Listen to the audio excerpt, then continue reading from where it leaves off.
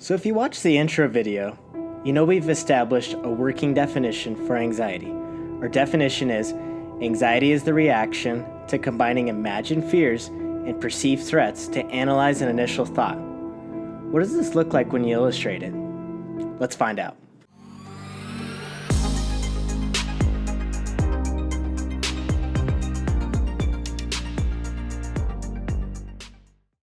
Hey there, and welcome to Stepping Into Anxiety, where we strive to understand, explore, and empower your journey with anxiety.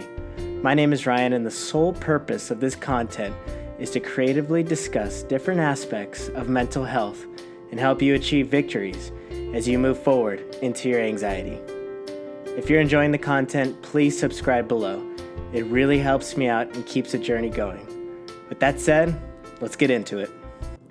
Here's the illustration of the cycle of anxiety. We start with the initial thought that has been shaped by your personal experiences. This thought has infinite possibilities, but let's not forget this thought has meaning to you in some degree or another. It could be a goal, plan, or desire. Next up, imagine fears. Imagine fear takes that initial thought and filters it through ideas, memories, and beliefs. In an attempt for our brain to keep us safe, we throw it through the what-if sensor to scan for what can go wrong. And that's when the imagined fear from those ideas, memories, and beliefs alter the initial thought into something you want to avoid. For example, what if you totally freeze when you try talking to that cute guy or girl at the party? Even if you haven't experienced it for yourself, you know that it exists. And now you're imagining it happening to yourself. Then comes the perceiving threats.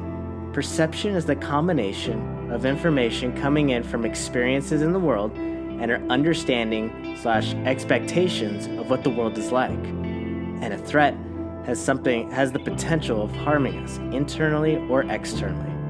So put those two together and you have the hallmark of anxiety, the misperception of a threat. An example includes a performance review. The possibility is there that they will fire you or tell you you're not doing a good job. However, more times than not, if you're doing your job with above minimal effort, it will go just fine.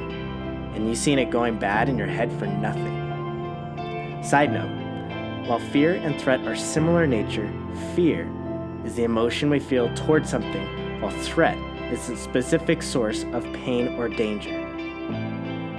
So imagine fear and perceived threats work together to really create an entangled mess of futuristic possibilities that weigh heavily on the negative side. Because that good old amygdala is just trying to protect you, remember? Its intentions are good. It just wants to make sure you're ready for any bad situation that comes your way.